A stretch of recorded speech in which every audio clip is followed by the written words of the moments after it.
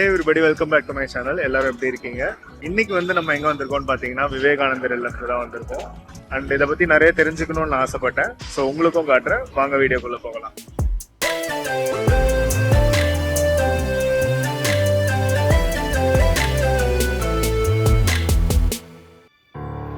விவேகானந்தர் இல்லம் முன்னொரு காலத்தில் இந்த இடம் ஐஸ் ஹவுஸ்னு ஏன் அழைக்கப்பட்டது, அண்ட் அதுக்கப்புறம் எதனால் இது விவேகானந்தர் இல்லமாக மாறுச்சு அப்படின்ற விஷயங்களை பற்றி முதல்ல நம்ம பார்த்துடலாம். 1842 ஃப்ரெடிக் டியூடர் அப்படின்ற ஒரு அமெரிக்கன் பிஸ்னஸ் மேன் ஃப்ரிட்ஜ் வசதி இல்லாத அந்த காலத்தில் அவர் இருந்த பாஸ்டன் நகரத்திலிருந்து பனிப்பாறைகளை பெரிய பிளாக்ஸாக கட் பண்ணி பல நாட்டுக்கு டிரான்ஸ்போர்ட் பண்ணார். அண்ட் அதுக்கப்புறம் தான் அவருக்கு ஐஸ் கிங்னு ஒரு பேர் வந்தது. ஸோ அதே மாதிரி இந்தியாவுக்கு டிரான்ஸ்போர்ட் பண்ண ஐஸை ஸ்டோர் பண்ணுறதுக்காக இந்த ஐஸ் ஹவுஸை பே ஆஃப் பெங்காலை ஃபேஸ் பண்ண மாதிரி கன்ஸ்ட்ரக்ட் பண்ணியிருக்காரு. ஸோ ஈஸியாக ஷிப்லேருந்து ஐஸ் பிளாக்ஸை இங்கே ஸ்டோர் பண்ணிடலாம் அப்படின்னு. ஆனால் 1880களில் அவரோட பிஸ்னஸ் இந்தியாவில் கொலாப்ஸ் ஆனதால் இந்த பில்டிங்கை பிலிகிரி ஐயங்கர் அப்படின்ற ஒரு மெட்ராஸ் ஹைகோர்ட்டோட அட்வொகேட் கிட்ட விற்கிறாரு. பிலிகிரி அவர்கள் இந்த இடத்த ரீக்ரியேட் பண்ணி காசல் கானன் அப்படின்னு ஒரு பேரை இந்த இடத்துக்கு வைக்கிறார். சுவாமி விவேகானந்தா அவர்கள் 1897ஆம் ஆண்டில் இந்தியாவுக்கு வரும்போது இந்த இடத்துல தங்கியிருக்காரு. அண்ட் அவர் இருந்த நேரத்தில் ராமகிருஷ்ண மத் அப்படின்ற ஒரு ஆர்கனைசேஷன் மூலமாக இந்த இடத்த மெயின்டைன் பண்ணியிருந்திருக்காரு. 1914ஆம் ஆண்டில் இந்த இடம் கவர்மெண்ட் ஆஃப் மெட்ராஸோட கண்ட்ரோலுக்கு வந்துச்சு. And miss RS Subbalakshmi hostel and training ஸ்கூலை இந்த இடத்துல ரன் பண்ணியிருக்காங்க. அண்ட் அதோட பேர் தான் சாரதா இல்லம். விவேகானந்தரோட மறைவுக்கு அப்புறம் அவரோட 100வது பிறந்த நாள் அப்போ கவர்மெண்ட் ஆஃப் தமிழ்நாடு இந்த இடத்துக்கு விவேகானந்தர் இல்லம் அப்படின்ற பெயர் 1963 வைக்கிறாங்க.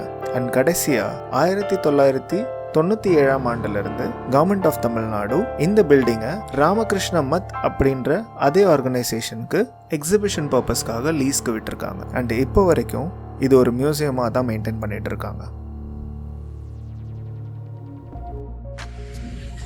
ஸோ உள்ளே போய் பார்க்கலாமா எப்படி இருக்குன்ட்டு. இதுதான் டிக்கெட் கவுண்டர். கூகுள் பே பண்ணலாமாண்ணா? ஸோ இங்கே வந்து டிக்கெட்க்கு எவ்வளோ சார்ஜ் பண்ணுறாங்கன்னு பார்த்தீங்கன்னா அடல்ட்ஸ்க்கு 50 ருபீஸும் 3 to 12 இயர்ஸ் இருக்க குழந்தைங்களுக்கு 40 ருபீஸ் சார்ஜ் பண்ணுறாங்க.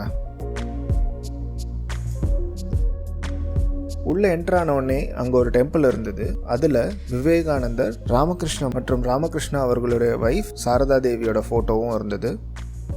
ராமகிருஷ்ணா அப்படின்றவர் சுவாமி விவேகானந்தரோட ரிலீஜியஸ் டீச்சர்.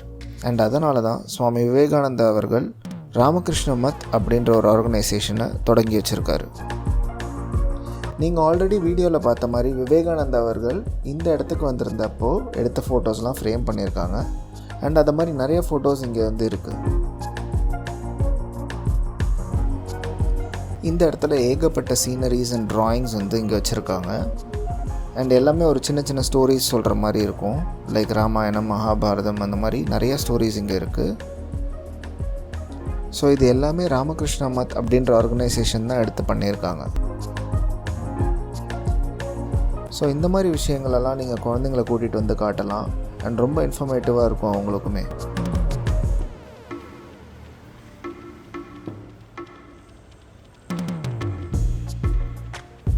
இப்போ நீங்கள் பார்த்துட்ருக்க இந்த இடம் தான் வந்து மேக்கிங் ஆஃப் விவேகானந்தா. அண்ட் இந்த இடத்துக்கு எதனால் இந்த பேர் வந்துச்சுன்னு பார்த்தீங்கன்னா அவரோட லைஃப் ஹிஸ்ட்ரியை பற்றி கம்ப்ளீட்டாக இந்த இடத்துல போட்டிருக்காங்க. லைக் சின்ன வயசுலேருந்து ஆரம்பித்து அவர் எப்படி வந்து சுவாமி விவேகானந்தா மாறினார் அப்படின்ற விஷயங்களை பற்றி போட்டிருக்காங்க.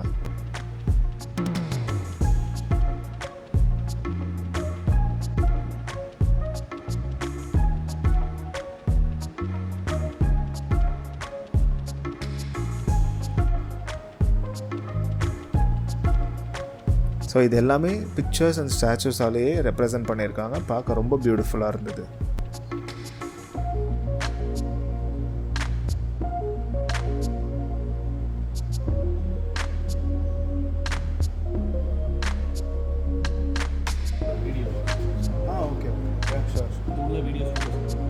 Not allowed. ஓ சரி. ஸோ கைஸ், ஒரு மூவி மாதிரி ஒன்று பார்த்தேன், ஒரு சூப்பராக இருந்துச்சு. லைக் அவரோட லைஃப் ஹிஸ்ட்ரி பற்றி அவர் என்னென்ன கேள்வியெல்லாம் கேட்பார் எமன் கிட்ட அப்படின்னு சொல்லி ஒரு விஷயத்தை பார்த்தோம். ஸோ எல்லாமே சூப்பராக இருந்துச்சு. ஸோ இங்கே வந்து சுவாமி விவேகானந்தரோட லைஃப் ஹிஸ்ட்ரியை பற்றி ஒரு 3 டைப்ஸ் ஆஃப் மூவியாக ரெப்ரசன்ட் பண்ணியிருந்தாங்க. Like 3D, 4D, 5D. So இது எல்லாமே பார்க்குறதுக்கு ரொம்ப பியூட்டிஃபுல்லாக இருந்தது அண்ட் ரொம்ப நல்லா ரெப்ரசன்ட் பண்ணியிருந்தாங்க. Sisters and brothers of America, to rise in response to the warm and cordial welcome which you have given us. So இது வந்து பார்த்திங்கன்னா AR, அதாவது ஆக்மெண்டட் ரியாலிட்டின்னு சொல்லுவாங்க. ஸோ 5 டைப்ஸ் ஆஃப் கொஸ்டின் வந்து இங்கே ஆல்ரெடி ப்ரீலோட் பண்ணி வச்சுருக்காங்க.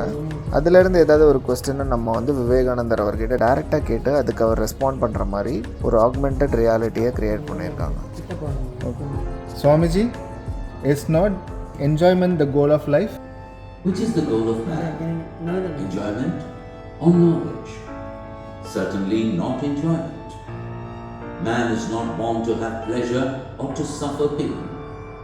Knowledge is the goal. Knowledge is the only pleasure we can have. All the sense pleasures belong to the brute, and the more the pleasure in knowledge comes, these sense pleasures fall down. The more animal a man is, the more he enjoys the pleasures of the senses. No man can eat with the same gusto as a famished dog. The sum total of energy in the universe is the same throughout. You spend it in some place, you lose it in another.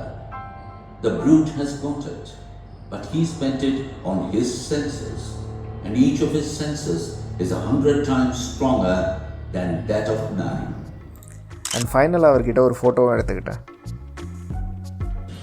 So இப்போ நம்ம பார்க்க போகிறது வந்து சுவாமி விவேகானந்தாவோட room. அவர் இந்த இடத்துல வந்து stay பண்ணியிருந்தபோது இருந்தாருன்னு சொன்னாங்க.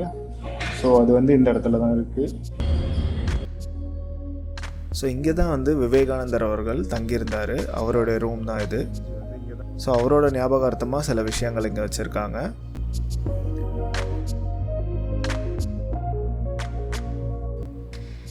ஆல்சோ பக்கத்துலேயே வந்து அவருடைய மெடிடேஷன் ரூமும் இங்கே இருக்குது. ஸோ அவர் இதே இடத்துல இருந்து எடுத்த ஃபோட்டோ தான் இந்த ஃபோட்டோ. ஸோ அவர் இங்கே உட்காந்துருந்த போது எடுத்த ஃபோட்டோ இது.